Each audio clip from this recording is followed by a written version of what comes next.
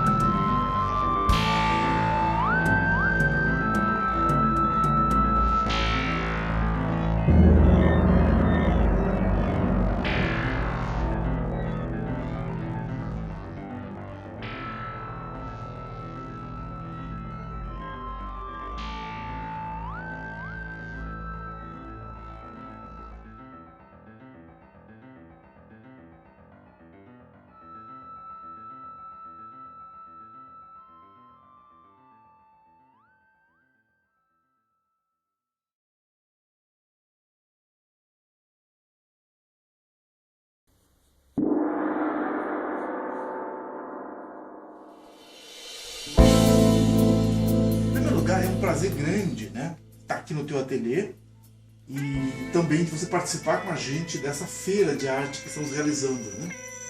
O que me chamou a atenção quando eu cheguei aqui no teu ateliê, quando eu entrei aqui, foi essa efusão de coisas que brotam da sua obra, sabe? Transporta a gente para um mundo surreal, e eu sou muito ligado ao surrealismo, especialmente pela minha ligação com o cinema. De onde vem tudo isso? Como é que você trabalha esse monte de coisa na tela? Eu gostaria de saber de onde vem também. Né? Que vem, mas essa coisa da inspiração e da transformação de uma emoção e de um sentimento em forma é uma coisa bastante misteriosa. Né? Eu procurei isso muito tempo. E cheguei em determinados momentos, inclusive, a desistir porque eu não conseguia concretizar aquilo que eu estava sentindo. E também fui ajudado e atrapalhado pelo meu ofício, que é o ofício de ilustrador. Né? Ajudado no sentido de um certo domínio técnico e de uma capacidade de interpretar sentimentos, transformando eles em cor, em composições. Mas atrapalhado em alguns momentos pelo fato de que a ilustração, para mim, que eu também gosto muito de fazer e ainda é a minha principal atividade, mas a ilustração te gera um comportamento meio vicioso no sentido de domínio. Né? Um ilustrador domina o trabalho que ele faz. E já aqui, quando você está querendo expressar o teu íntimo, se você for dominador, pelo menos comigo é assim. Uhum. Se eu me posicionar no sentido de dominar, de fazer layout de quadro, entendo. Eu acabo ilustrando quadros e não pintando. Rogério, você acha então que a arte exige uma liberdade maior de criação do artista e, por outro lado, trabalha-se mais com a intuição do que com a razão? Eu acho que depende do artista, né? Eu faço um exercício para tentar entender o que acontece comigo, né? Mas eu acho que tem de tudo.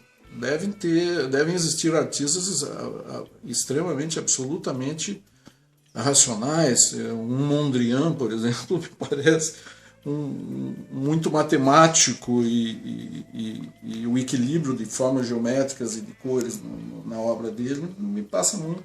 Agora, o processo de criação dele, eu não sei qual é. A criação vem de um espaço de espiritualidade. Espiritualidade não no sentido religioso, pode até ser no sentido religioso também, mas espiritualidade no sentido do nosso campo além da forma. Eu acho que o artista muitas vezes sente essa vontade, esse ímpeto, essa necessidade de expressão, porque essa energia está ali visitando-o e ele precisa, de alguma forma, concretizar aquilo. Você acabou me contando que teve um envolvimento como monge, um período como monge, algo parecido, né? Você podia falar um pouco disso pra gente? Da influência disso na tua obra? duas coisas sempre foram muito presentes na minha família desde pequenininho, né? Você é muito fruto do meio que você vive, né? Eu dormia ouvindo ruídos do meu pai pintando no ateliê deles e eu dormia com o delicioso cheiro de tinta na casa. E aquele barulhinho do pincel raspando a tela, né? Aquele tchuc, tchuc, tchuc. Me dava uma sensação extremamente agradável, que tinha o cara que era o meu pai, estava ali do lado, viajando. Um mundo dele que era um mundo plus, era um mundo que ele exercitava à noite, depois de trabalhar o dia inteiro como publicitário, ele abria esse espaço extra para poder... E eu depois via o resultado disso. Eu ia lá e eu via o que ele fazia. Eu via o que ele fazia sair de lá e ir para paredes da nossa casa ou para paredes de galerias. Tendo um ambiente como esse, isso me é muito favorável e eu fui um privilegiado. Uma outra coisa que estava sempre muito presente era a espiritualidade. Meu pai, desde muito cedo, se encantou com a obra do Allan Kardec, com o espiritismo, então eu cresci num ambiente assim, né? Que mais tarde eu questionei, como todo pré-adolescente e adolescente, né? Mas eu tive também o meu envolvimento com isso, porque quando eu comecei a ler sobre filosofia oriental, isso ali no final dos anos 60, começo dos anos 70, com Beatles cantando junto com Hare Krishna, e com toda a filosofia e a meditação da Índia entrando no Ocidente, eu acabei me encantando com isso. Eu fiquei impressionado com Bhagavad Gita, quando eu li Bhagavad Gita e vi a conversa entre Krishna e Arjuna, e me encantou muito o ensinamento de um cara chamado Sri Ramana Bhagavan, que em Arunachala, no sul da Índia, nos anos 50, visitado por Gandhi, visitado por psicólogos europeus que ficavam impressionados com o ensinamento dele. E o ensinamento dele nada mais era do que hoje o chamado mindfulness, o poder do agora, que é a Jnana Yoga, que é a coisa da presença total no momento em que você está vivendo. Eu, quando pinto, sinto muito isso. A pintura me ajuda, a pintura me traz... Eu quando estou pintando, às vezes eu chego até a questionar por que eu estou tão intenso assim, né? Nesse cantinho isolado, sujando um pano com cores.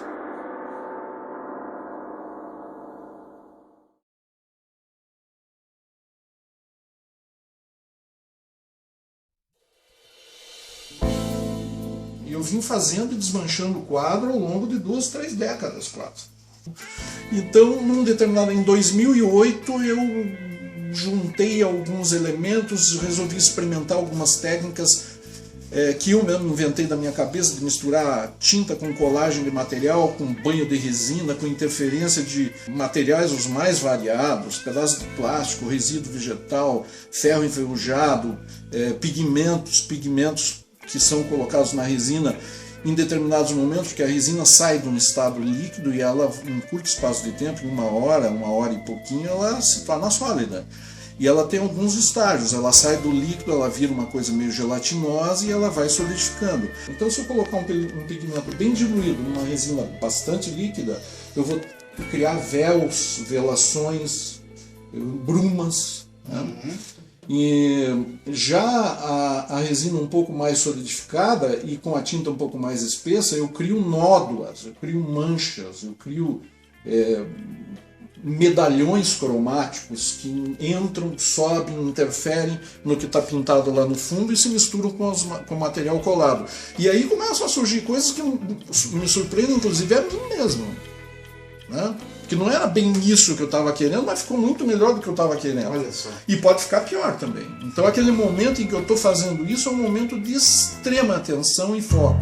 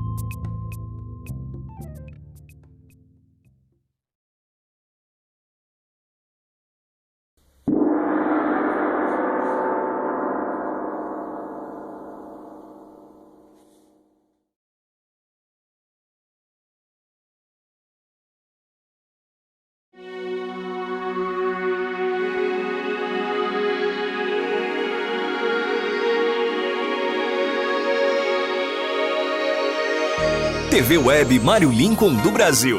A TV, assim, simples.